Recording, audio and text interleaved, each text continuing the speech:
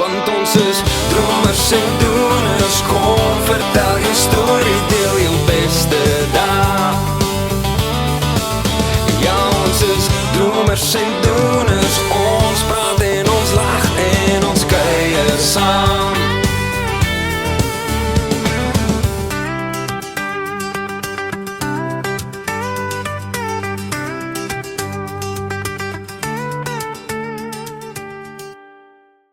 Goeiedag julle, welkom by nog 'n episode van Dromers en Doeners hier by Connection Studios en saam met Quintessential Productions. So ek het vandag 'n baie goeie vriend van my, een van my beste vriende actually. Chris moenie maak as weet nie. Chris Serfontein, baie welkom by Dromers en Doeners. Ek dink as jy asseblief vir my kan, soos wat jy die foon antwoord, vir my net hallo sê. Jaco, ek kan dit maklik doen as die foon gelei het. Ek moet nou dink, wat sê ek altyd? Maar het is my baie goed om te hoor, dat ek het ten minste gehoor, nou ek het 'n vriend ook in die wêreld. So, hoe antwoord ek het? Hallo Chris, hoe gaan dit? Gaan goed, dankbaar oor alles, klaar oor niks. Dis donderdag, vandag is donderdag, ons is dankbaar vir donderdag. Is dit min of meer dit? Ek dink so. Ja, net nou ietsie gemis. Ja, ek het iewers dit ek druk vorentoe. Ja, klaar oor niks, dankbaar oor alles, ons druk vorentoe. Maak dit werk, dis vandag. Wat se dag is vandag? Donderdag, ons vandag dankie Here vir donderdag. Maar okay, vandag is Vrydag. Ja. Dis min of meer soos dit gaan, en dit gaan maar oor 'n beginselbesluit wat daar geneem is, dat ons word nie ontmoedig deur niks nie. Klaar. Ja. Ja, ek dink jy is een van die most positive persone wat ek ken. Ja. Al daar raak dinge taai, is jy die ou wat sê, kom ons gaan, ons hou dit aandoen. So ek waardeer dit van jou. So ja, ons gaan so 'n bietjie 'n journey vat deur jou lewe. Ek dink daar's maar twee aspekte, die polisie obviously waar jy kan vertel presies wat jy daar gedoen het, en dan tweedens die bedryf wat jy, Connection Productions, tegniese direkteur is die fancy titel. Ja, maar eintlik maar net die ou wat alles maak gebeur. Ja. Ja, soos jy nou by 'n braai is, en iemand vra vir jou, wat doen jy? Hoe verduidelik jy dit en hoe wil jy dit verduidelik? Ek verwys gewoonlik maar na die tegniese versorging van enige event, enige uitdaging tegnies, ten opsigte van events, produksies of funksies of konferensies, wat dan insluit klankbeligting, verhoë, strukture, groot skerms wat LED skerms insluit, en dan in baie gevalle ook die kameras en so aan. Ek is nie noodwendig, ek het 'n baie breë kennis rondom al hierdie verskillende dissiplines, en dan het ek 'n baie meer gespesialiseerde kennis ten opsigte van klank, sê nou maar, en van beligting, en van tot 'n mate skerms, ook LED skerms en so aan, maar ons moet maar kennis dra van al die dissiplines, en ja, dis wat ons doen, so ons hanteer die tegniese uitdagings van events. Ja, okay, dis 'n Ja. one-liner wat jy kan gooi by 'n braai, en dan kyk of die persoon dit verstaan of nie. As hy vra of hy draai om en hy loop, dan weet jy ook nie, dit was nie reg. Ja. Okay, so as ons nou teruggaan na jou polisie daar, ek sê polisie daar, ek weet nie of jy in die polisie was, en of jy al van die kant van hulle geoperate het, of halfdeel van hulle was nie. Maar waar dit begin, hoe het jy daar opgeëindig? My pa se polisieman, sy lewe is lank gewees, en baie suksesvol senior polisiebeampte, so ek het blootstelling aan polisieering gehad, baie vroeg stadium in my lewe. Ek het in hofsaake getuig terwyl ek nog op skool was, omdat ek net op die spesifieke geleentheid op daai toneel was, en die enigste getuie was wat kon getuig daaroor. So ek het daai blootstelling gehad, baie vroeg. Op skool het ek egter in hierdie veld beweeg. Ek het tegnies gehanteer op skool. Ek het in my matriekjaar het ek alle bossleutels gehad, wat ek min of meer in elke plek kon inkom in die skool waar ek wou. Ek het tegnies die uitdagings gehanteer as hulle enige produksie wou hulle doen.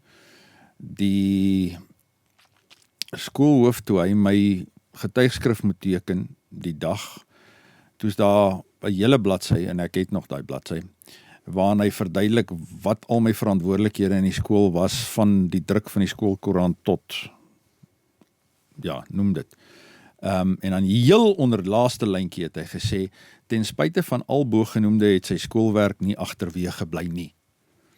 Ek het hom so gekyk en gesê, kan jy hiermee saamleef, meneer? Toe sê hy, Chris, ek moet iets sê van jou skoolwerk. Sê ek, nee, maar as dit jou gewete skoon is, reg, dan kan ons aangaan. En toe sê ek uit. En daai was in die jare toe militêre diensplig nog compulsory was, verpligtend in die land. So ons moes 'n keuse maak. Gaan ons polisie toe, gaan ons weermag toe, gaan ons lugmag toe, of gaan ons vloot toe. En omdat polisie vir my DNA gelet op daai stadium, want ek het hom verstaan soos die agterkant van my hand, as gevolg van my blootstelling as kind.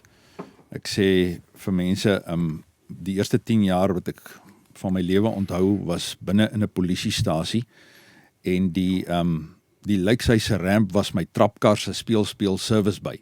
So. That's how it operated, en dit is soos ons beweeg het.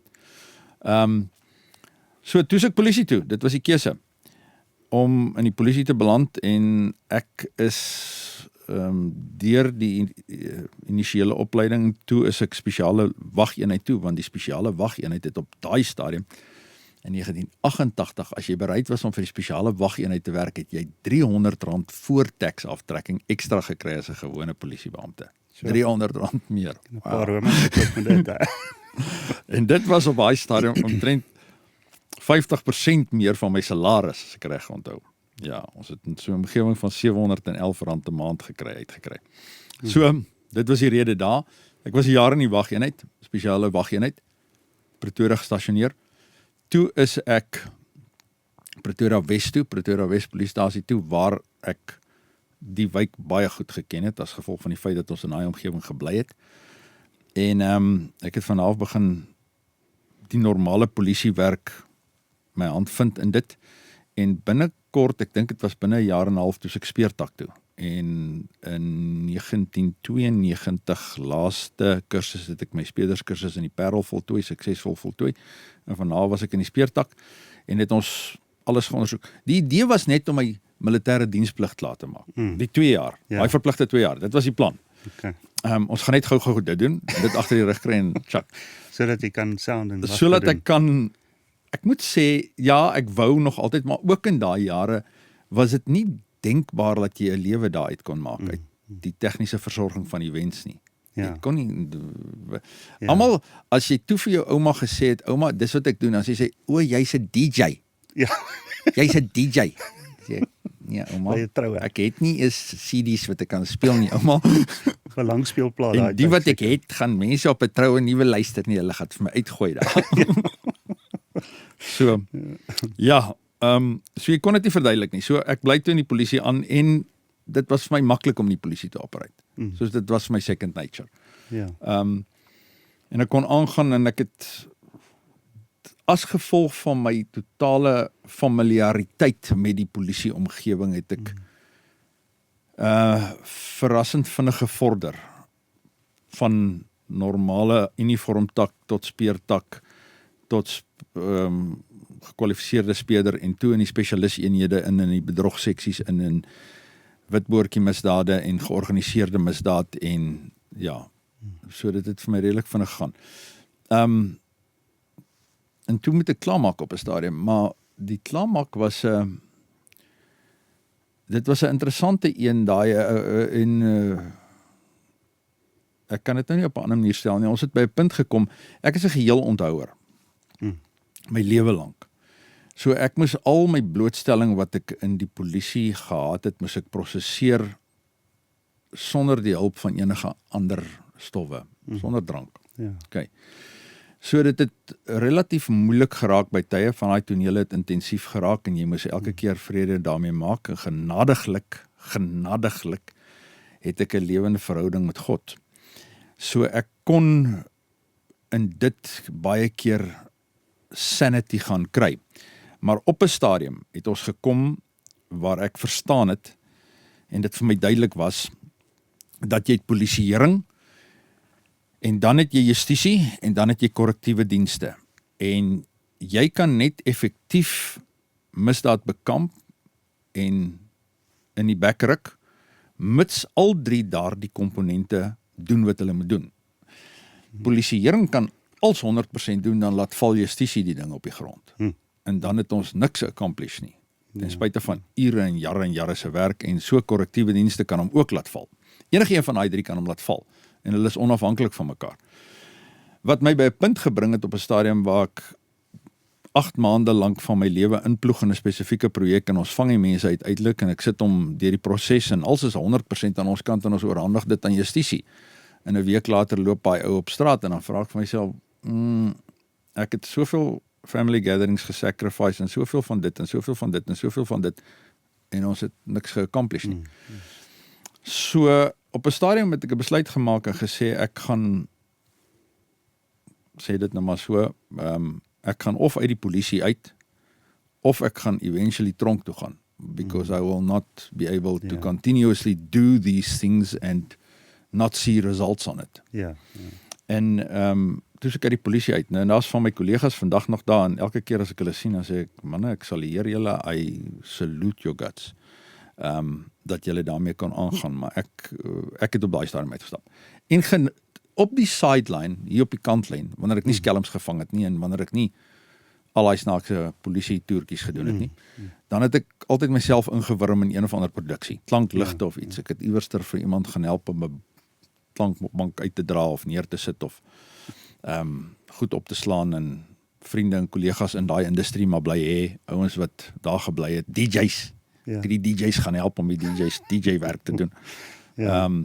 En ons het, so dit was my maklik op daai stadium om te sê. Die ander ding wat gehelp het nogal, die dag toe ek besluit het, is nou klaar, en ek kom by die punt waar ek sê ek gaan nou loop, toe vind ek uit, maar ek het op daai stadium iets soos 8 maande opgehoopte verlof, wat ek nooit gebruik het nie. In daai stadium het dit net bly eskaleer. So, en ek vind toe ook uit, as ek daai verlof afkoop, dan betaal ek net op daai bedrag iets so 46% tax. Ek gaan in 'n super tax bracket in. En ek besluit toe, nee, kom ons gaan op verlof.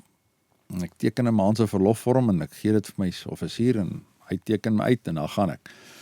En 'n maand later, toe kom ek in die oggend, en ek vat 'n verlofvorm, en ek teken 'n maand se verlofvorm, en ek gee dit vir die offisier, en hy teken dit uit. En my verlof is aan my verskuldig. En so was ek vir 8 maande op verlof. Betaalde verlof, en toe kom ek en ek vat my ontslag. So vir 8 maande kon ek my ritme vind in hierdie game, en omloop, eerder as om skielik net te stop. So, en toe, van daar af het hy net begin loop. En ek het baie keer vir mense gesê, en ek kan onder korreksie staan, maar my ervaring is, dat die oomblik as jy iets vat en jy doen dit passievol en goed, dan kom die werk. Klaar, jy moet nie, so ek sukkel om by mense te hoor, hulle het nie werk nie, of hulle het nie, ek sukkel om dit te hoor. Ek luister nie maklik daarna nie. Want as jy dit vat wat in jou DNA loop, in jou bloed loop, wat jy 'n gift voor het, en jy doen dit met oorgawe en oortuiging, then it makes a way for itself. Jy kom in hom ingeloop. So ek dink nou net om te segue in die vermaaklikheidsgedeelte. Wat se skills sou jy sê wat jy by die polisie geleer het jou gehelp met dit? Want dit klink vir my, dit was, wel, ek dink jy so nie, jy het gesê, dit was net jy wil eintlik net jou diensplig agter die rug kry. Dit is so. Maar soos alles is daar 'n doel met die journey. Kyk, die skills wat jy by die polisie leer is hoofsaaklik people skills. People skills. Eindeloos. Soos in, jy het jou eie uitdagings, jou eie huise goed wat loop en als, en dan kom jy aan diens en nou lei die foon. En dit is klagte nommer 1. En jy daag op daai toneel op en jy deel met 8 mense daar en almal kyk na jou verantwoorde. Of dit nou 'n moordtoneel is, of dit 'n voertuigongeluk is of als. En van hulle is getraumatiseerd en van hulle is nie. En van hulle wil dit, en hier dag die paramedic op, en hy het 'n bad day by die dag gehad, en hy is nie lekker met, en You manage dit, dis people Ja, skills. ja. En so gaan dit 18, 15 tonele 'n dag. Kyk. Rob. So teen die einde van die oefening het jy met 60 mense vir daai dag geïnteract. Of dit nou op 'n ongelukstoneel was en of dit nou by 'n gewapende roof was en dit is hoë dinamika en dit is adrenalien gedrewe belewennisse. Maar jy kry ook jou stilskofte of jou stiltye of jou stil standbys waar daar nie veel gebeur nie. Maar ek noem hulle. Ek kan hulle so recall. Ja. Ek onthou die nag wat ek op 'n toneel opgedaag het waar daar 'n persoon gelê het met 'n samurai swaard hier deur sy bors.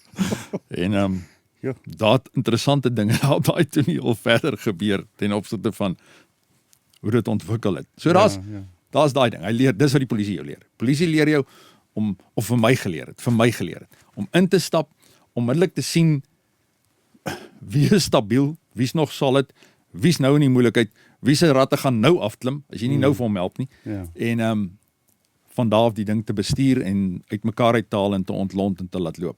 Ja. En om die omgewing te lees.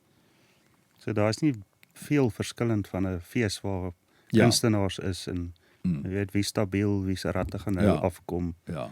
Dis maar dieselfde En tipe hoe bestuur setup. jy? Dis krisisbestuur. Ja. Krisisbestuur non-stop en om te lees waar gaan ons hierheen? Wat gebeur met hierdie ek onthou 'n toneel wat hulle my laat uitkom het as polisiebeampte toe ek 'n speeder en dit was 'n ongeluk en daar's 'n persoon oorlede en dit was 'n vrou en hoe ek op die toneel kom en ek begin deur die toneel werk en ek sien ek sê julle het vir my gesê hier's net een oorlede ja.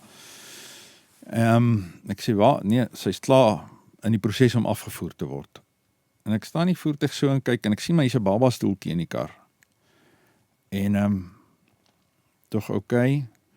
Check die kar en ek begin grou en toe ek onder die seats ingrou toe haal ek 'n volledige doekesak uit. Ja. En ek stop die toneel. Ek sê ouens, daar's meer as een persoon op hierdie toneel. Ja. Daai ding om soos wat die feite aan die lig te kom om te ontleed en vir jouself te sê wie wag ons mis iets. Ja. Ons mis iets. Ja. Let's just get back to something.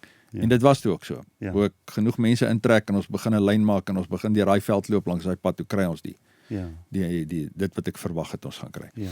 So ja, dit is polisie leer jou op jou voete dink en funksioneer. Dit is en ek vermoed seker maar enige militêre dissipline ding. Dit is wat my betref 'n relatiewe tragiese verskynsel dat ons nie meer verpligte diensplig het nie. Vir ons jong mense en vir mans veral. Ja. Om ons groot te kry en ons blootgestel te kry aan die regte kant van die lewe. Ja.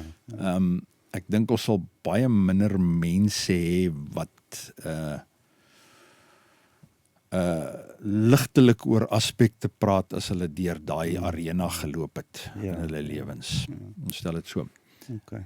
En toe jou vraag was hoe kom ek toe nou terug in die industrie? Ja, ek het toe nou maar bedank en klaar gemaak en na ek 8 maande op verlof was. Okay. So dit jy op 'n stadium die stages gekoop wat jy nou het. So vertel my daai storie waar jy in die boardroom gesit het. So ons is waar is dit in Kanada, Vancouver? Montreal. Kanada, Montreal. Ons het op daai stadium was die hoofdissiplines was ligte klank verhoogstrukture. Wat was die ander een? Skerms. Ja, wat kameras aan dit aangehaak gehad het om live feeds te doen. En dan die elektriese kant waar ons elke event op 'n generator gehardloop. So jy daai komponente gehad. Goed. Die verhoogkomponent op daai stadium in hierdie land het suiwer gewerk op scaffolding strukture wat eintlik maar konstruksiestrukture is. Wat eintlik maar vir konstruksieindustrie bedoel is en uit die konstruksieindustrie uit funksioneer. Nou ons industrie het tight timelines, die tegniese versorging van die eventsindustrie. Tight timelines, jy het miskien vandag setup en môre het jy show en dit moet gebeur. Die konstruksieindustrie aan die ander kant moet 'n site established doen. Of dit die week gebeur of volgende week gebeur is nie 'n groot dramatiese verskil nie. Eventually gaan die konstruksiepartytjie klaar wees. So daar was nie noodwendig altyd met almal wat jy gepraat het, was daar proper timelines nie. Ja. Dissiplines nie. Jy was bietjie maar uitgelewer aan 'n different mindset. Daar was ouens wat gespesialiseer het op baie stadium, hulle was baie min. So ek het my uitdaging gesien binne in die strukturele verhoogstrukture. En ek het op baie stadium 'n produk nagevors wat in Kanada, Montreal gebou word, die enigste ouens op baie stadium in die land, in die wêreld wat hulle gebou het. En dit is mobiele strukturele verhoë, internasionaal erkende mobiele strukturele verhoë, wat die vermoë vir my daar plaas, vandag nog, om 'n 8x6 meter verhoog met 'n dakstruktuur, met weather walls, soos ons daarna sou verwys, of wind walls, en 'n significant payload vir die dak, draagkrag vir die dak, en te kan opsit met 2 mense, ek en myself, onder 'n uur. Nou jy en jouself. Ja, ek en my kollega. Okay, ja. Ek het dit al een keer alleen gedoen, my langer gevat as 'n uur. Okay, so ek onthou daai dag ook, want dis dalk die ander ding wat die polisie my ook leer. Ja. Jy kan nie wegstap van dit wat nou moet gebeur nie. Jy kan nie dit op hold sit nie. Sê, okay, ouens, bewaar die toneel net so. Ek het nou nie my kollega nie, so ons twee gaan môre terugkom. Ja. Die kollega nie daar is nie, die job gaan aan. Dit gaan jou langer vat, maar jy gaan vir hom klaarmaak. Klaar. Daar is nie so 'n ding soos later of môre nie, dit is nou. Wat is nou vir jou? Maak vir hom nou klaar. En dit het my duur te staan gekom, ek dink ons is in die storie op pad na so 'n partytjie al toe, wat jy kan verstaan, maar dit het my 'n paar keer al duur te staan gekom, maar ek is nie spyt daaroor nie, want ek het al daai 2 verhoë alleen opgeslaan en afgebreek. So my personeel het vinnig verstaan as dit nou moet gebeur, gaan dit nou gebeur. Of hulle gaan my help, of ek gaan dit alleen doen, maar dit gaan nou gebeur. Klaar. Okay. So terug na die storie toe, ek ontdek toe nou hierdie verhoë in Montreal, Kanada toe, en in 2007 vlieg ek so toe in April maand, en daar is 'n paar modelle wat hulle in hulle reeks het, en onder andere het hulle iets soos 'n Blue Eye Boy, of hulle favorite, of iets wat hulle, en dis 'n Promobile. Dis 'n verhoogde 10x8 struktuur, 10x8 meter groot, met 'n dak volledig, en die dak kan omgeskep word in 'n mezzanine vloer, en dan kan jy bo op die dak 'n marquee mount. So dan word dit hierdie double decker stage, wat bietjie mind-boggling is vir mense wat hom die eerste keer sien. Sê, hierdie lyk nie reg nie. Dit lyk verkeerd, hierdie ding. So, ek gaan soontoe en ek gaan praat met hulle, en ek is 3-4 dae daar, en hulle wys my die produk en so aan.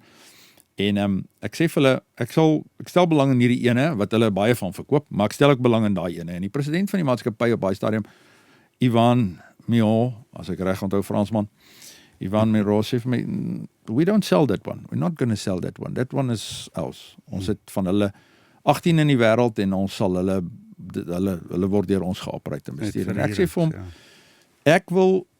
ek wil 2 koop, maar daai een is een van hulle. Hy sê nee, sorry, daai ding word nie verkoop nie. Ek sê, listen, kan jy die ding aan my verhuur? Hy sê nie in Suid-Afrika nie. Ek sê, okay, en jy kan hom ook nie aan my verkoop nie. Hy sê nee. Ek sê, maar luister, dan het ons nou 'n probleem hier. En so raak dit nou heen en weer gestreier, en ek dink Yvan Miron raak op 'n stadium moeg vir my, en hy vat 'n stuk papier, en hy skryf op die stuk papier, en hy stamp hom so oor die tafel, en hy sê vir my, if you want to buy that thing, that's what it's going to cost you. En typiese Suid-Afrikaner mentaliteit. Vat ek my hand, en ek sit my hand bo op dit wat hy geskryf het, en ek trek die papier nader, en ek teken onder dit, en ek skryf accept dit, en ek stamp die papier terug, en ek het geen klou wat ek so pas geteken het. Maar ek weet ook in my houding, moet ek nou niks verder sê nie. En hy kyk my so. Ek sê, so we've got a deal. So later vind ek en Absa toe uit, wat ek aangevang het. Nou ja. Dis dit baie meer as wat jy gedink het, of? Wel, ek het niks gedink nie. Ek het geweet wat die kleintjie kos, stel het so. En ek het so 'n idee gehad waar ons heen gaan. Maar dit was anderster. Stel dit so, dit was anderster. Kom ons skryf dit maar net toe aan passion. Ja, Jy het 'n nee, ek passie is gehad vir die ding. ek het net besluit, kyk, ek was nou so adamant vir 3 dae lank.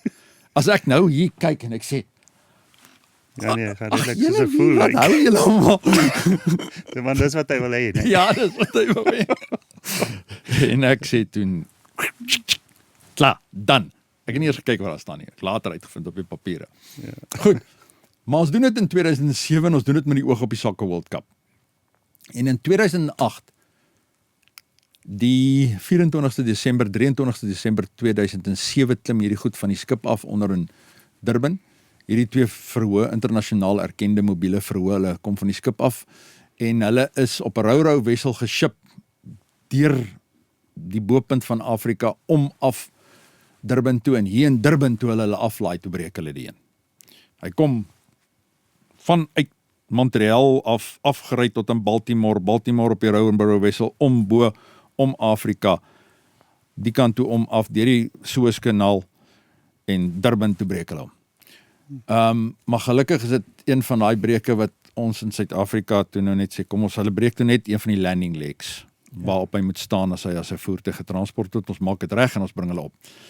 Ons moes toe 'n internasionale trainer bring uit Amerika uit wat vir 6 weke lank hier opleiding gegee het aan 5 ouens en hy het toe hy afklim vir my gesê, dis ook deel van die kontrak. Jy teken die kontrak by hulle en dan sê hulle ownership will not transfer to you regardless whether you paid it all. Ownership does not transfer to you until you have certified operators for this piece of equipment. Wat hulle ook die legacy gee wat hulle het, dat daar was nog nooit 'n veiligheidsinsident op 'n stage line unit in die wêreld waarvan ek bewus is nie. En daar is op hierdie stadium bykans al 4000 van daai goed in omloop reg oor die wêreld. Maar hulle bestuur dit baie streng. So die trainer kom hier aan en hy vra vir my, is ek die eienaar? Ek sê yes. Hy sê vir my, okay, jy moet net mooi verstaan, I will not certify your people on the basis that they have attended training. They're either good operators or they're not, regardless whether they attended the training. En ons studeer daai opleiding, ons het 5 ouens afgeteken, 'n jaar later was hulle weer hier en hulle het my gecertified op daai stadium as 'n trainer, maar ek moes eers 'n jaar op die jaar ervaring op die goed hê. En toe het ons hulle in die land, moet operasioneel met hulle begin raak, dis early 2008 en vat 'n raai, wanneer is daar finansiële insinking in die wêreld? Wil jy 'n raai vat? You wanna take a guess? Rond Vat 2008 dink ek. My magtig. Ja. 2008, né?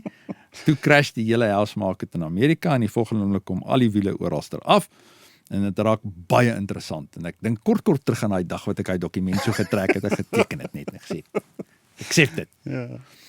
So dit raak amper baie. sê as jy net 'n kristalbal gehad het, maar Ja, eintlik my maat. dis goed dat jy nie een gehad het. Nee, maar gelukkig ons is toe nou deur dit, ons het nou aan die Soccer World Cup hier in Suid-Afrika gehad, my gut feeling oor dit was reg. Ons het die oorspronklike komitees gesien, hulle het albei die units geassesseer, hulle het hulle albei aanvaar op daai stadium en het na nog van hulle gesoek, omdat hulle so vinnig kan opstel. Ja. Ons het met daai een unit, het ons in 'n kwessie van, ek moet nou die feite net reg, in 'n kwessie van 21 dae het ons 18 activations oor 8.500 kilos met een unit gedoen. Which is completely, it can't be done. Ja. Met die ander unit het ek op 'n stadium 'n toer deur die Oos-Kaap gedoen vir die SAIK wat ons die Sondag in Pretoria gery het. Ons was die Maandag aand in Jansenwil en toe in nog 'n dorp. Ons het 6 events gedoen deur die Oos-Kaap oor 3.500 kilos in 6 agtereenvolgende dae met een rek. Wat impossible was op daai stadium, maar ons het 'n baie tight team gehad en die dinge maar net reg gedoen. Ja. So dit was unieke units en toe hulle nie meer as dit in Suid-Afrika kon kry nie, toe het hulle 2 ander units uit Duitsland ingebring vir die Soccer World Cup in 2010 en hulle teruggestuur na die tyd. So daai gut feeling was reg en ons het daai units vandag nog in die land en hulle is nou nog operasioneel en hulle beloop nog. Ek onthou een van die vrae wat hulle destyds my gevra, die bank wou by my weet, wat is die expected lifetime van die goed en ek vra dit toe in daai meetings in Montreal. Ek sê expected lifetime en hulle praat Frans daar.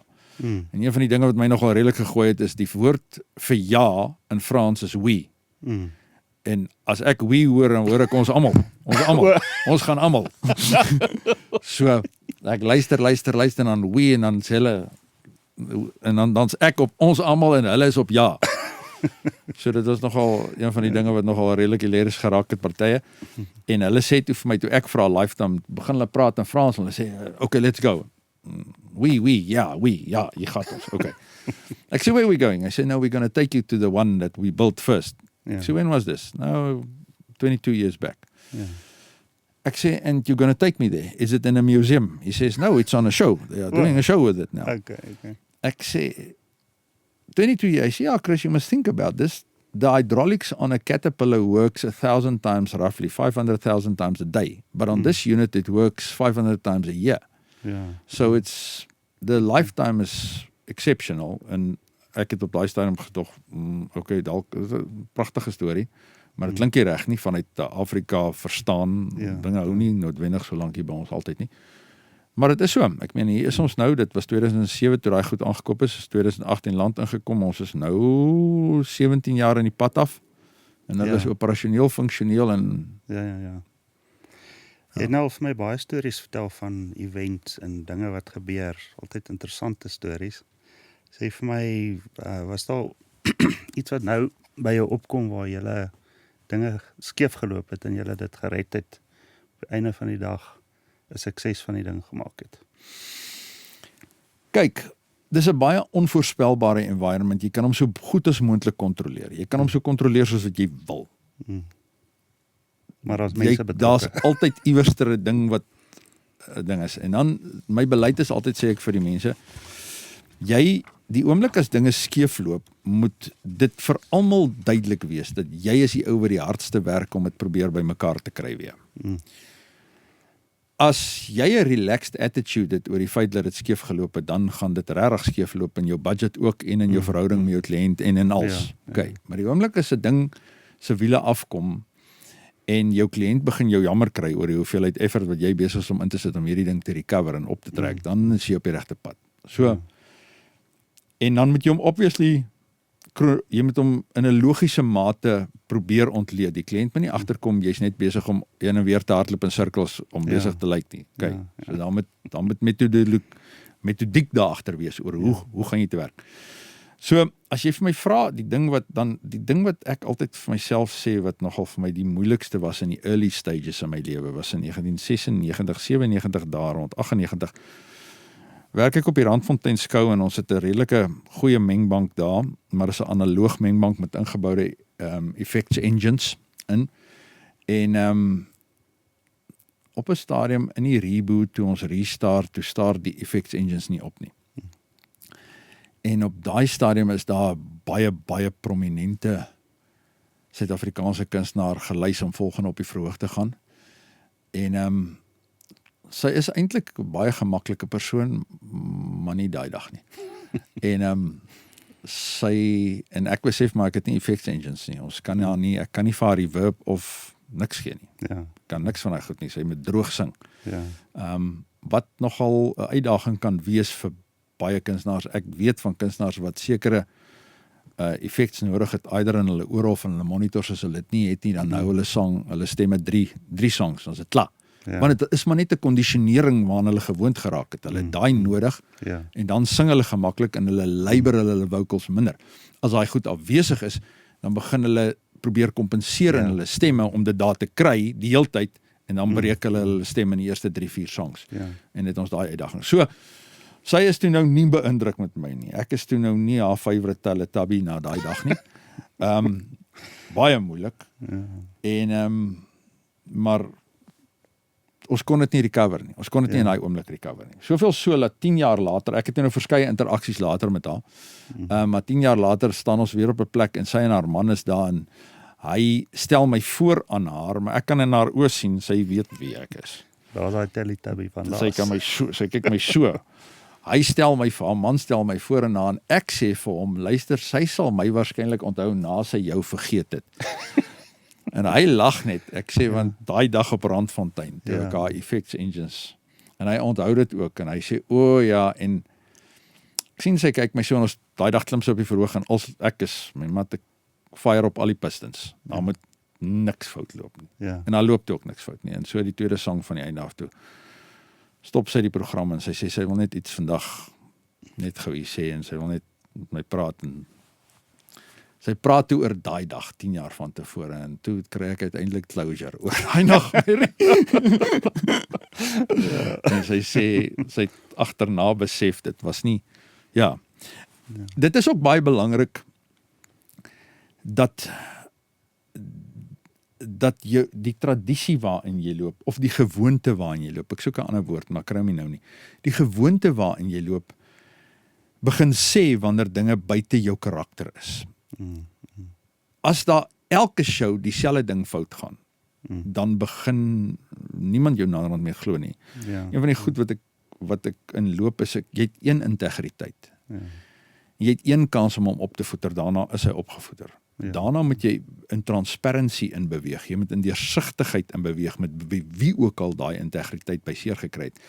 En net deur 'n verlengde blootstelling van deursigtigheid van jou kant af, transparency van jou kant af, kan jy by 'n punt kom waar daai integriteit herstel is.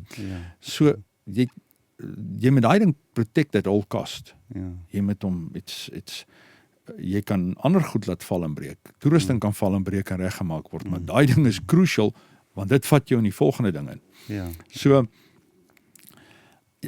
dis belangrik dat dieselfde ding nie oor en oor fout gaan nie. Nee. Dit is baie belangrik, dat jy, as daar goed fout gaan, moet dit ander goed wees, vir die vorige keer fout gegaan. Dit moet nie die hoeveelste keer wees waar daai ding fout gaan nie. So ek wil so 'n bietjie praat oor,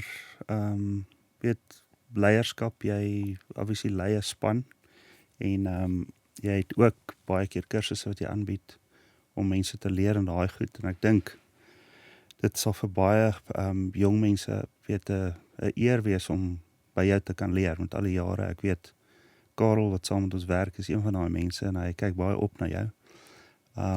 Wat dink jy is die toekoms in die land vir mense wat dink om dit te doen vir 'n lewe? Die toekoms is wat jy hom sien om te wees. Dis wat hy is. Die toekoms is wat jy hom sien om te wees. En ek weet, daar's nou hierdie studie en daar's nou hierdie navorsing en daar's nou hierdie goed en dit kan dalk nou baie kontroversie ontlok hierdie stelling, maar die ander, miskien moet ek net hier sê, die een groot vyand van tonne drome en tonne kapasiteit in jong mense is the fear of failure. Vrees. Maar as ek nie, en gevolglik try baie nooit. Because, want as ek nie. En dan ek het myself op 'n stadium totaal en al onttrek uit die media uit. Want ek het net vir myself agtergekom, ek is in 'n sekere mindset en as ek klaar nuus geluister het, dan soek ek 'n boom en 'n tou. Ons is niks anders oor nie. Ons vrees maar skop in. En daai agenda word gedryf die hele tyd. En daar's 'n rede hoekom daai agenda gedryf word, en dit het ek in my polisiedag gesien, is as gevolg van die sensasie wat dit bring. En sensasie verkoop. Wat 'n sickening mindset is, wat my betref. So ek het myself uit die media uit onttrek op 'n stadium en begin sê, wat is my droom, wat is my visie? And what is the promises I have? En dan is dit crucial, ek kan hierdie ding nie anders doen as in 'n lewendige verhouding met die Skepper nie. Ek kan hom nie anders doen. There's no other way for me. Because I need to go and find the substance and the foundation on which I build and which I operate in my mindset. Goed. So, terug in ons industrie het ek, die ander ding wat baie gevaarlik is bemarking. Want bemarking, stel dit so, let's call it, bemarking is seker maar 'n tool. Dit hang af hoe hy aangewend word. Want as ek sê bemarking is die vark, dan kan ek sê 'n vuurwapen is die vark, maar 'n vuurwapen het nog nie mense geskiet nie, dis die persoon wat hom in hulle hand het wat mense skiet. Okay, die vuurwapen is net die tool. Okay.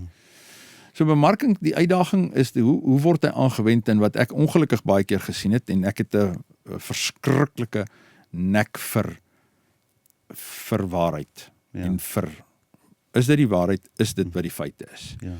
Of is hierdie die marketing angle wat hulle uitgedink het om hierdie ding in te kry? So dit sien ek baie in ons industrie, in die klank- en beligtingsindustrie, en ek sien dit verskriklik baie in die kerke. waar 'n ding aangekoop is op grond van 'n marketing story. Maar as ek daai selfde ding vat en ek gaan net terug na die design features toe of na die operators manual toe, dan is dit glad nie die ding nie. Dis nie wat dit moet wees nie. Ja, so ek dink net om 'n bietjie terug te kom na die jong mense, so as iemand nou sê, ek moet nou besluit wat ek wil doen. Ek wil in hierdie industrie iets doen. Obviously, hy kan 'n artist word, hy kan 'n musikant word. Ek dink nou maar weer aan Karel, Karel Wilken. So kom ons vat Hy het 'n Karel. nek vir die goed. Kom ons vat Karel as 'n voorbeeld. Karel, wat ons nou oor praat, ek het so 10, 15 jaar terug, doen ek 'n installasie by 'n kerk, en die volgende oomblik is daar hierdie jong man, jong persoon, jong kind op daai stadium, 14, 15, 13, 14 jaar oud. En hy is in my gesig en in die pad in die kant toe, en ek probeer klaarmaak, ek probeer die projek afhandel, ek is die kant toe, en ek daai kant toe, en dan vir hom sê, Boetie, waar is jou mamma? Okay? Gaan soek vir mamma, gou, hoor? En toe, in daai oomblik toe ek vir hom wil sê, Boetie, waar is jou mamma? Toe voel ek hoe die Heilige Gees vir my sê, Chris, sien die passie raak. See the passion. Hy druk in soos armoede, sê ek altyd. Ja. Armoede vra nie vir 'n uitnodiging nie, en hy wag nie vir 'n geleentheid om op te dag nie. Hy's daar, klaar, en hier sit nou. Okay. En ek begin toe daarna kyk, en ek tog wel, kom ons begin hierdie ontwikkel, en gaan toe daarmee aan, en as ek weer sien, is die ouetjie by die kantoor, en as ek weer sien by daai kerk kom, dan is hy daar, hy sit vir my en wag, en die passie is daar. Wat my by 'n plek gebring het in die lewe, waar ek vir jou sê, if you give me somebody with a passion, I can get them to where they need to go. Ja. Maar jy kan my die fully skilled person gee, wat al die kwalifikasies het. Ja. As hy nie die passie het nie, gaan hy vir my frustreer, Ja. want ek gaan vir hom by mekaar wil maak, down the line. Ja. So, Karel het toe gegaan, sy ma het op stadium met my kom praat en gesê, waar gaan ek heen, waar gaan hom heen, ons het hom nou gekry, ek sê, wel, julle het hom gemaak, ek het hom so gekry, en ons probeer het manage. Ja. En op daai stadium was daar Academy of Sound Engineering, daar was 'n professor Jan van Sail, een van die lektore daar was George Hatting, en ek het met hulle kontak gemaak, goed geken in die industrie, en met hulle gaan praat en gesê, ouens, hoe lyk die kursus, wat is die inhoudelike van die kursus, wat word gecover, en tussen my en Karel se ma en pa het ons besluit, Karel gaan so toe, en Karel het by ASI beland, en het baie goed gegaan daar. Maar Karel was, voor hy by ASI was hy baie aktief betrokke by sy kerk. Nou, as jy in die game wil leer, is daar nie 'n makliker plek om te leer as by die kerk nie. Jy gaan mahala in verniet werk, maar jy gaan min of meer blootgestel word. Wat gebeur daar is, almal verwag van jou die onmoontlike met geen toerusting elke dag om die beurt. Klaar. Want dit is maar soos daai environment loop. Daar is nie eindelose begrotings nie, maar daar's eindelose drome. So jy moet daai drome op 'n manier verwesenlik kry. So dit rek jou, dit is baie goeie blootstelling, dit is baie goeie ontwikkeling daar. Dit doen niks vir jou finansies nie, maar jy is ryper in dit wat jy wou doen, wat blootstelling, ervaring en moeite aanbetref.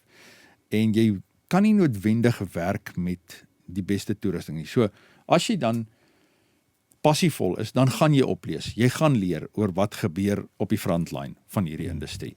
En jy gaan wakker lê in die nagte en sê, hoe kry ek dit reg met die beperkte toerusting tot my? En dan gaan jy begin.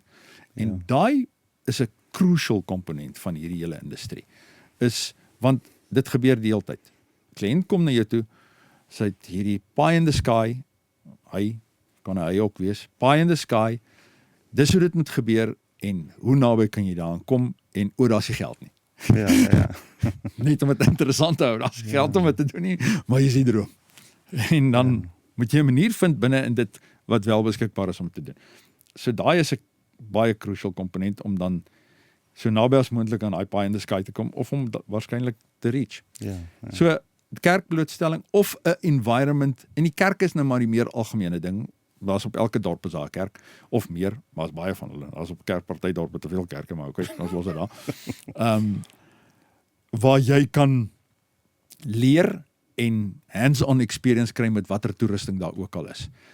En van daar af het ons gelukkig in 'n environment beland waar inligting is so algemeen beskikbaar, maar nou moet jy moet onmiddellik my polisie agtergrond vat my na 'n plek toe waar as daar 'n video is en hy's geborg deur XYZ Ja. en skielik kry XYZ se toerusting baie exposure, dan ek onmiddellik het gros vraagtekens rondom XYZ se toerusting. Ja, okay. Want hoekom so? Ja. So ek kyk na independent reviews, ek kyk na independent ouens en dan sal daar party ouens wees wat openbaar en sê ek gaan hierdie independent review doen, maar hierdie stuk toerusting is aan my gestuur.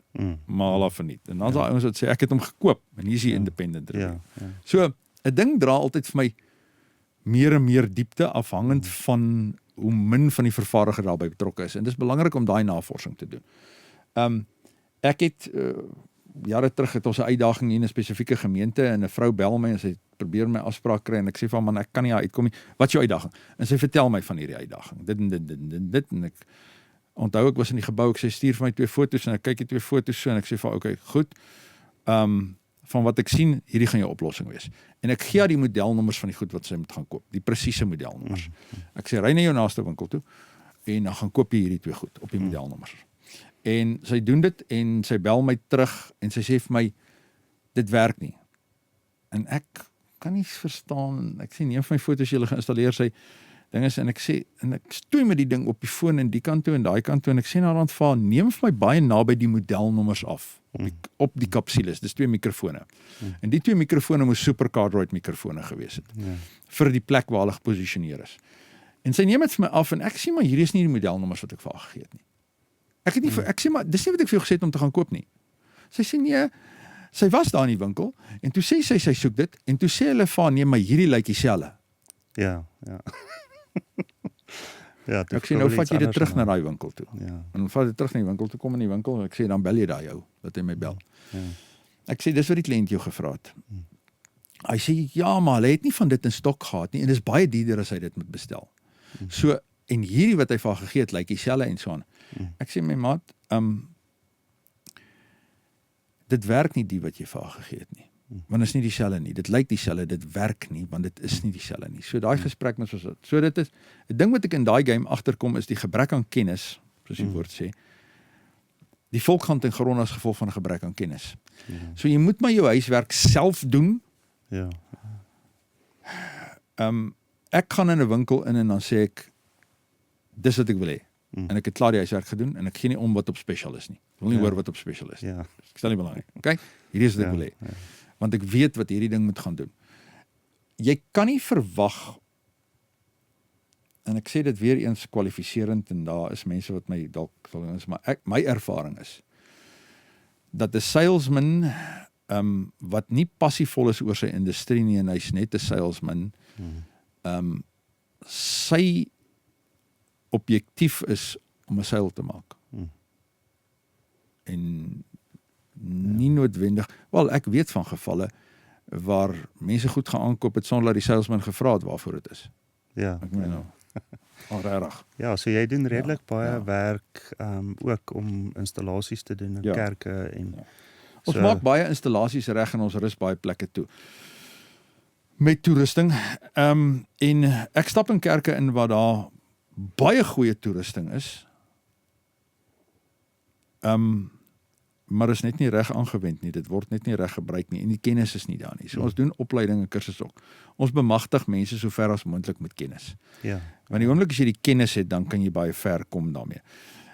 Die een ding wat ek destyds onthou, ek het baie geweet van ek het my blootstelling gehad van my kerk en my skool en my goed en my goed en my goed en almal het geweet. Ek staan nie terug nie, so op 'n goeie dag kry ek 'n oproep en ek is op baie stadium nog gespeeder en is 'n funksie wat plaasvind by die Unie-geboue en die polisie is involved daar. En hulle sê maar jy weet van 'n Deskom hier en ek kom maar aan en hier's 'n mengbank wat ek in my lewe nog nie gesien het nie. En maar daar's knoppies wat ek als is gebaffel. Maar ek staan nie terug nie en ek sê kom ons gaan. So teen die tyd wat die funksie moet begin toe werk maar elke liggie op daai mengbank brand. Elke, daar's nie 'n liggie wat nie anders nie. Maar als werk en dit dis aanvaarbaar. Maar hier langs my merk ek opstaan 'n ou. Staan doodstil, staan my so en kyk. Maar ek gee nie aandag aan hom nie, want ek is nou hier gefokus. Maar toe alles min of meer in plek is en vlieg die kites in die lug en hy loop nou en ons we going somewhere. Toe besluit ek, okay, die ou move nie. En ek kyk op en ek sê, "Siesel, kan ek jou help?" En hy kyk, hy sê, "Jy het nie 'n klou wat jy doen nie." Maar dit werk. En ek sê, want ek is op baie stadium en hy mentaliteit van you don't back off. Ja. Klaar. Ek is nog gespeeld ook. Ek vat beheer waar ek gaan. Ek kyk op, ek sê wie? Hy sê ek sê eienaar van die desk. Ek sê my magtig, ek wag die heel dag vir hom en ek val hom. Ek vat hom, staan op en ek vat hom so aan sy skouers en ek sit hom in die stoel. Ek sê daar gaan jy. En net so kom die spulletjie by mekaar. Ja, en ek sien, hier's baie minder liggies nou aan. En ja, dit klink selfs beter. Nee, regtig. Ek sê, en van daar raak ons vriende. Because I tapped into that knowledge and I had the privilege to tap into that knowledge. Equip yourself with knowledge. Kry die kennis. Moenie dit probeer bask of fake nie. Want jy maak eventually 'n gat van jouself. Klaar. So, gaan rus jouself toe met die kennis. Wat is die snaakste versoek wat jy nog gekry het van 'n kliënt af? Nee, liewe Vader. Jemmel, dit gaan van event tot event. Ons het nie snaakste versoek van 'n kliënt af, 'n kliënt. Ek weet iemand het eendag vir my gevra, can I make images on the clouds? Can I do cloud images? En toe sê ek vir, if you can ensure that the clouds is going to be there. If you can book the clouds, then I will try to make some images on the cloud. Die ander ding wat ek, hier kom 'n ding nou terug. 'n Vrou bel my eendag en sy sê sy's 'n navorsing en sy soek 'n recording toerusting want sy wil die kommunikasie tussen olifante wil sy opneem. Ja. Olifante. Okay. Ek sê, okay, wat weet ons daarvan? Sy sê nee, sy stuur vir my dokument. Ek kom toe agter dat olifante kommunikeer onder 5 Hz. Tussen 1 en 5 Hz kommunikeer hulle. Dis baie laag. Dis baie laag. So mense hoor net tot 20. Ja, ons hoor van 20 af op. 16 tot 20 afhangend van wie se ore dit is. En dis ook maar debatteerbaar of jy dit hoor, want as ek vir jou daai 20 Hz gee alleen. Ja. Daar's binne mense wat vir jou kan sê, ja, ek hoor hom. 20 voel jy makliker. 20 tot 40, 30 sal jy ook nog, dit hang ook af van die volume wat teen hy loop, né? Want as ek 30 tot 40 Hz teen 120 dB's vir jou gee, gaan jy van hom weet. Okay. En net om perspektief, 120 dB's is omtrent 'n so 70 dB's is die average, die handleiding sê 70 dB's word geag average conversation at a distance of 3 feet. Average conversation of a distance of 3 feet, wat nie is wat ek en jy nou hier doen nie. Okay. En elke 10 dB's wat ons opgaan, word 6 tot 10 dB's word deur die oor geïnterpreteer as 'n verdubbeling in klank, wat daarop neerkom dat as ek 70 het en ek gaan op na 80 desibel toe, dan sal die meeste ore vir my sê dis dubbel so hard as wat dit op 70 was. Van 80 af na 90 toe gaan die meeste ore sê dit het nou weer verdubbel. Okay. En so hou dit aan. En as jy dan by 100 die wetgewing op hierdie stadium bepaal dat ons mag nie harder as 95 dB's op die perimeter van die venue wees nie. Dis 'n baie belangrike ding om ag te hou, want almal gaan hulle staan voor die stage en hulle meet hom en is 110 dae of 111 dae, want elke tweede foon het dit mos nou deesdae kamakastig in. Alhoewel net seker is van hulle amper akkuraat is, nie eers vol akkuraat is. En dan sê hy nou maar ons was oor die limit, dan sê ek nee, maar wetgewing sê op die perimeter van die venue. So loop gou vir my tot by daai draad. En as jy daar kom, gaan ek sommer huis toe, terwyl jy tot daar gekom het. Okay.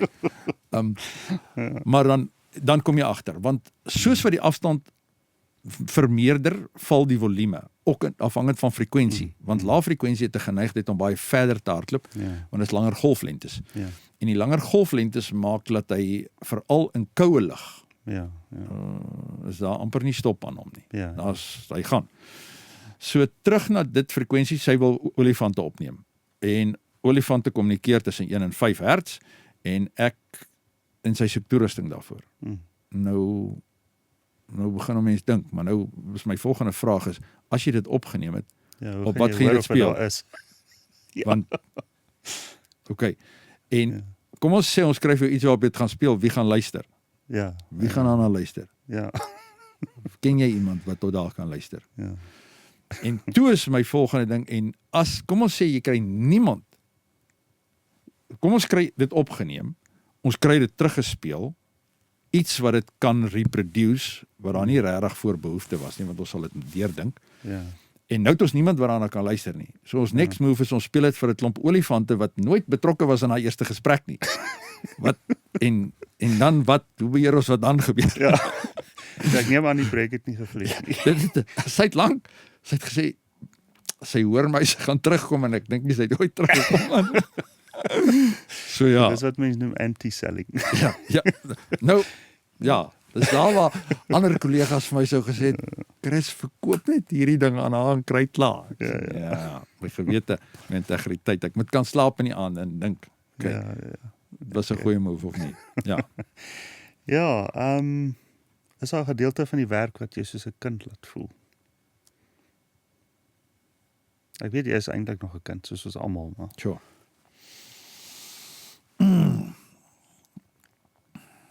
Ons is betrokke by goed wat suiwer korporatief is. En dan gebeur daar gewoonlik verskriklik baie. Maar daar's nie altyd noodwendig vreeslik karakterdiepte in daai events nie. Want jy kan nie, ek meen hoe passievol kan jy nou raak oor 'n nuwe sak sweets of iets wat gelunch word of tandepasta wat uitkom of iets. Ek meen dit is net nie daai tipe environment nie, maar om dan nog die nodige aandag na hom toe te kry, moet daar verskriklik baie glamour aan die ding wees of dan moet iets aan hom gehaak word wat hom 'n angle gee. En dan is ons betrokke baie keer by goed wat phenomenal diepte het. Waar daar nie noodwendig vreeslik flashiness is. Ja, daar's die flitsende ligte en fireworks en daar's niks van dit nie, but it moves you in places. En dit praat met jou baie diep. So ja, daar's sulke oomblikke. Dit is 'n groot variëteit waar iets jou grond toe kan vat en ek weet nie of dit noodwendig soos 'n kind is nie, excited. Ek dink ja, maar dis die variasie wat ek daar sal stel. Ja, Dus, okay. Daar's oomblikke wat ons doen die werk om klaar te kry en om hom reg gedoen te kry, maar niks is nou regtig wow nie. Ja. En dan is daar oomblikke wat jy huis toe gaan en vir jouself sê, "Sjoe. Waar was ek vandag?" Ja. Wat jy proses aan hom. Jy praat oor hom. Verlang nog daarna. Ja, so ek wil net so vinnig aanraak aan die Connection journey. So ons het nou Connection Studios en dan Connection Productions waar jy besig is. So ek dink ons het nie soveel tyd oor nie, so ons kan nou nie lang stories vertel van dit nie, maar ons is op 'n time limit. nee, ons is regtig op time limit nie, maar jou kort weergawe van Connection, wat dit vir jou beteken, wat hoe dit van jou oogpunt af gebeur het. Ek was baie lank in hierdie game. Ek gaan kripties probeer praat nou om by dit te bly. Ek was baie lank in die game, ligte en lank gedoen en ons het goed geloop en toe kom COVID. En in COVID maak hulle toe my spesifieke deel van die industrie toe vir 30 maande. 2,5 jaar. Ja. Sê die regering mag ek geen besigheid doen nie. Ja. Nou ek kan 50 episodes oor daai ding doen, maar ons gaan nie nou daar gaan nie. Maar okay, goed. Feit is hulle breek ons arms en ons hande en hulle staan nog terug na die tyd ook en sê maar waar is die belasting en die goed ook. Okay. Goed. Dink jy kan op my gesig sien ek is nou nie 'n fan van daai partytjie nie. So ons moet toe 'n manier vind en op daai stadium het jy toe nou Jaco voor 'n dag gekom en jy het gesê omdat ek en jy ken mekaar toe op daai stadium seker 17 jaar van 2007 af. Ja, van 2007 af. 13 jaar en gesê kom ons die ding gaan nie grond toe gaan nie en toe het ons Connection Productions gevorm. Die mense wat jou nie goed ken nie, Jaco is baie meer artisties as ek en Connection Productions het verskeie name gehad in 'n baie kort periode. Dis eintlik net 2. Ja, wat as Jaco, nou maar kyk en ek wil net vir jou sê ek het al miljoene keer vir jou sê moenie oordryf nie. Maar nou jy moet nou onthou as ek 2 naamsveranderinge in 6 maande beleef, dan is dit 2 meer as wat ek in die vorige 13 jaar beleef het. So, kom ons hou dit ook in vir balans. So ons het by Connection Productions gekom, en uit Connection Productions uit het jy met die visie geloop. Ek het nooit die visie gehad vir die studio nie. Studio was vir my, ek dink te min challenging, want jy kom by 'n plek waar alles is gerad en gekeer en alles loop net reg binne in 'n studio. Te control, Ja, die enigste variëteit daar is die kunstenaar se talent. Ja. Het hy of het hy nie, maar dis so. Ja. En waar die ander ding vir my baie meer uitdagend is op 'n meer gereelde basis, en dis hoekom ek kan hom makliker loop. Ja. En so ek het gehoor waar jy sê gaan ons heen met die studio, en ek het jou dop gehou en ek het gesien hoe ontwikkel dinge, en ek het gesê, weet jy wat, Jaco geniet hierdie, kom ons gaan vorentoe. En ek moet sê, toe dit nou eers kom by die vervulling waar ons hier sit vandag, en ons sit binne in die plek, en ek sien hoe dit by mekaar gekom, en ons kan sien wat hieruit kom. Ek is dankbaar vir die feit dat ek en jy dieselfde geestelike verstaan het. Dat ons in dieselfde plek loop ten opsigte van ons lewens is nie ons eie nie. En ons loop daar waar vir ons deure oopgemaak word, ons loop voluit daarin met al ons energie, maar ons kan ook sien as 'n deur toegemaak word, dan ons skop nie deure oop nie. Dit is nie lekker nie, jy weet nie wat wag aan die aan. Daar's 'n rede hoekom hy deur toegehou word. So jy skop nie 'n deur oop nie. En in daai verstaan is ek dankbaar dat ons staan vandag hier, en ons kan baie dankbaar wees oor wat hier is, want dit is baie uniek. Dit is uniek in opsigte van hoe dit tot stand gekom het. Ek weet nie of jy al gepraat het op hierdie platform oor die rots en oor die water wat onder hierdie plek permanent deurloop, en die vloei van water, en die significance van water as lewe, en dat ons die water in so 'n mate, die lewe met ander woorde, water lewe in so 'n mate wat deur hierdie plek loop, glad nie kon stop nie. Ons moes maniere maak om dit te kanaliseer, sodat dit kan bly loop. So that life can keep on going through this. Miskien moet ek so vinnig net vertel daarvan. Ek dis konteks. Basically, toe ons die basement gegrou het vir die studio, daar 'n massiewe klip opgedaag. Hy was seker nog altyd daar, maar toe ontdek ons hom. Ons ontdek. Wat basically, ek dink hy is omtrent daar waar die kamer in die hoek is, verby die kontrolroom. Het hy begin so 'n meter van bo af. En hy seker min of meer hier geëindig waar ek sit. So baie van die studio was basically 'n klip geweest wat ons moes uitkap. The Rock. Dit is dan ook so dat daai kamer is ook in die hoek van die huis, die hoeksteen van die huis. So dit het nog vir my baie geestelike konnotasie. Ek sien nogal uit as ek op 'n stadium songs skryf in daai kamer. Ek noem dit die connection room. Waar mens connect met jouself, met God, met kuns, met mense. Die ander challenge wat ons gehad het is die water. Die is ongelooflik baie grondwater wat opdruk, en ons het 'n hele pypstelsel geïnstalleer om hierdie grondwater nou uit te vat, sodat dit nie opstoot nie. En toe ons die plek wil begin fit, toe wil die plek nie droog word nie. Dis toe nou net water en obviously baie frustrerend sê hy wil klaar bou. Maar die doel van dit vir my was om te dink oor water. En te besef hoe belangrik dit is. Dit is lewe, maar is ook gees. En ek het op daai punt besluit om, eerste plek het ek gesoek vir die fout. Hoekom wil die water nie? Want ons het dan nou hierdie pypstelsel. Teruggegaan na foto's toe en te gesien, daar is 'n pyp in die hoek wat opstaan. En uit my ingenieurstudies kan ek vir jou bevestig dat water loop nie op trane. Graag nie. Hy loop nie graag op. Jy moet energie in hom insit, soos 'n pomp. Jy moet baie gemotiveer word. En ons het nou die pyp plat gedraai, ons het hom onlangs weer moes oopgrou en verder plat draai om te seker te maak dat die water uitloop. Maar ek het toe ook om dit te gedenk 'n put in die hoek van die erf gemaak waar die water nou inloop en jy kan actually na jou water gaan skep daar. As jy voel hier was 'n oomblik in die studio wat jy wil op 'n ander manier, op 'n fisiese manier daar capture, kan jy daai water gaan skep en sê dis die water wat gevloei het of die gees wat gevloei het terwyl ek my opname gemaak het. Ja, so dit is baie significant in die studio. Ek het al mense gehad wat hier instap en sê, is obviously mooi en al daai goed, maar hulle ervaar iets. En hulle ervaar daai gees. So ja. Ek onthou van kunstenaars wat ons hier gehad het, wat gesê het, hulle kan nie verstaan dat hulle 'n heel dag gesing het hier, en nog nie die strain op hulle stem voel nie. Ja. Soos wat hulle dit gewoond is nie. Ons twee het geweet, dat ons in die agterste kamer op 'n stadium 'n humiditeitsgeveg aan die gang gehad het. Ons het 'n humiditeitsmasjien gehad wat daar geloop het net om die vog te bly uittrek. Ja.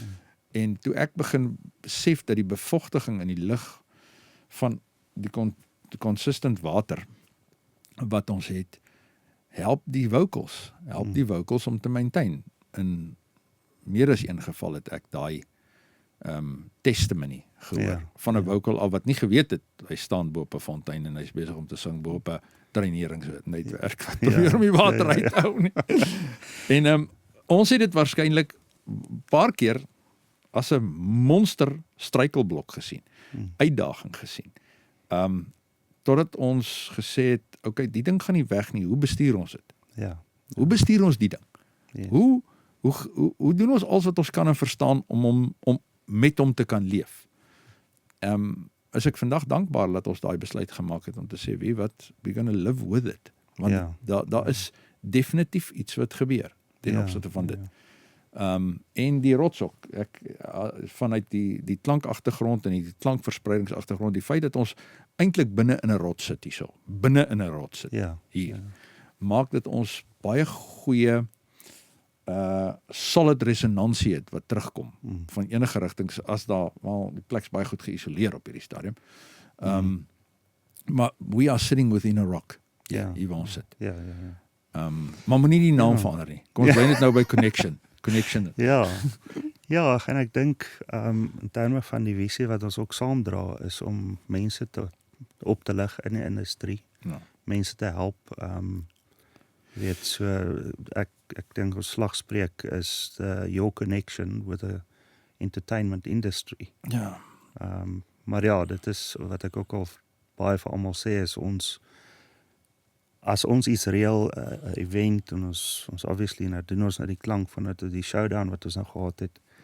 Die exciting gedeelte vir my is die connecties wat gebeur. Weet, want dis jy het iets, dan raak jy aan ander goed, en jy mingle met ander mense, en skielik is daar 'n nuwe idee, 'n nuwe goed spruit uit. Al die toerusting wat ons gebruik, kan ek die off-button op druk, flight case toemaak, pak hom in die hoek. Okay. Ek het lankal by die punt gekom waar ek weet, al daai goed is tools om die eintlike kommoditeit wat ons ontwikkel, is the people. Ja. Daar's 'n ander company in hierdie industrie wat die slogan het, it's all about the people. Wat dit vir my sê, dit gaan eintlik oor, ek kan al hierdie toerusting hê, maar wat ek in hierdie kunstenaar ontwikkel, wat ek vir hierdie kunstenaar doen, hoe ek met hierdie kunstenaar vorentoe loop, en hoe ek hierdie kunstenaar sien groei, of kliënt, of MC, of wie ook al. Dit maak die verskil. En gee ook vir my die ruimte om met daai mense skouers te skuur. En dit wat na beide kante toe werk. Dit wat van hulle af met afskuur op my, en dit wat van my af met afskuur op hulle.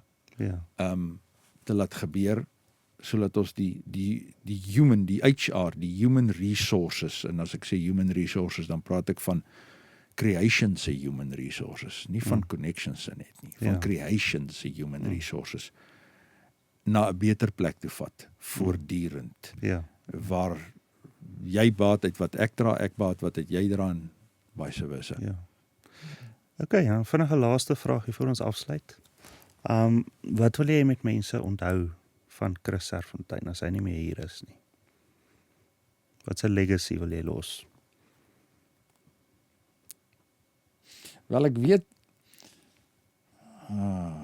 wat 'n legacy wil ek los?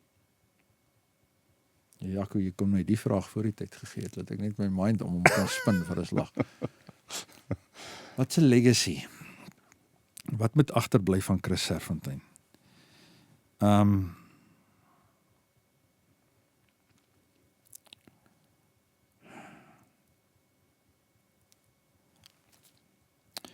Die prioriteit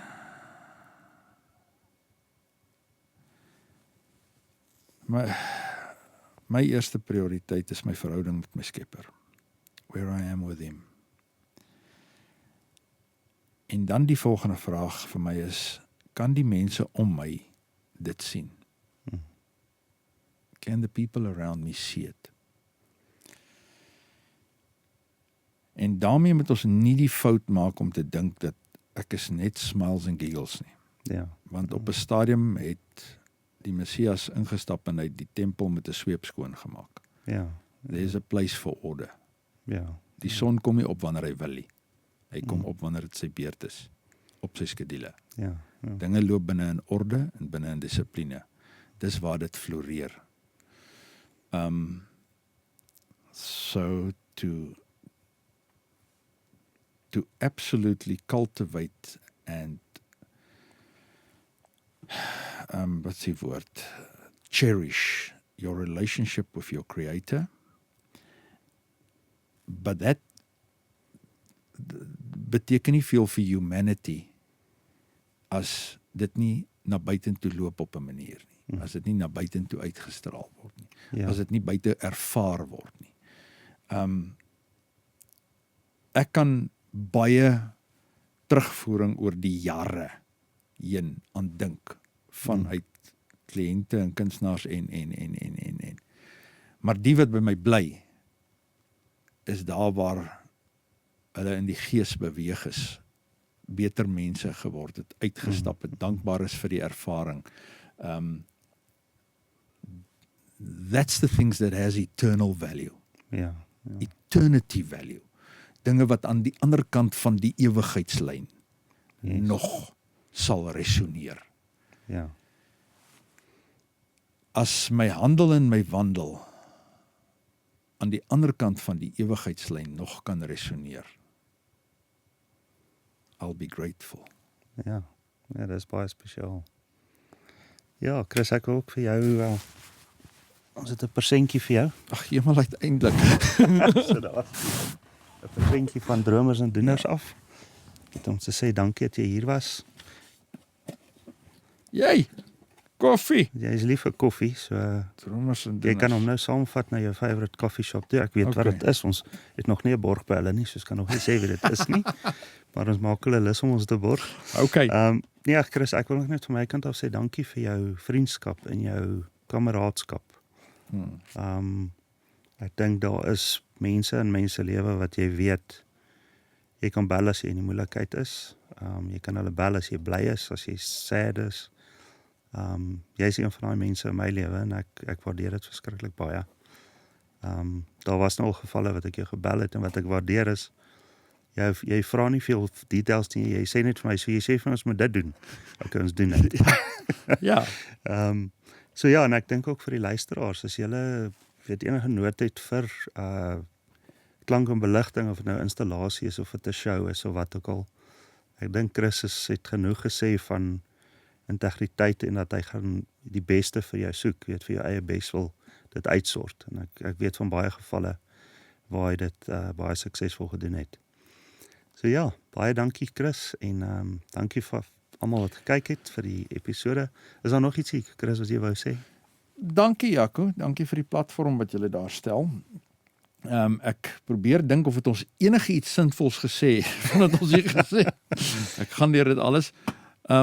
Ja, dankie vir die geleentheid en dankie, ek luister wat jy van my sê en ek weet die rede hoekom daar soveel sinergie tussen my en jou is because we are birds of the same feather.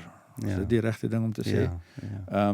Dieselfde dissiplines en daarom question ek nie veel wat jy, want teen die tyd wat jy bereidheid ontwikkel het om my daaroor te praat, dan is daar 30 challenges al deurgedink. En het ons al by 'n klomp goed verbygegaan en dan gaan ons vorentoe en ons doen dit. Ja. Jy hou jy ook self nie op met nonsens nie. Ek weet jy speel golf so nou en dan maak jy hou jy nie self op met ons. Probeer golf. Ja. Ja. So normaalweg wanneer jy met 'n plan voor 'n dag gekom het, is dit iets sinvols wat 'n verskil gaan maak iewers. Ja, okay. Ja, dankie. Ja, so baie dankie almal dat julle gekyk het. Ons sien julle selfde plek, selfde tyd volgende week. Dankie. Totsiens. Vrede.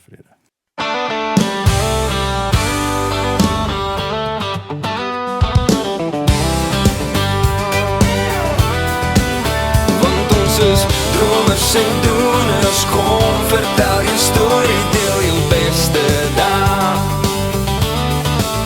Ja, ons is dromers en doeners, ons praat en ons lag en ons kuier saam.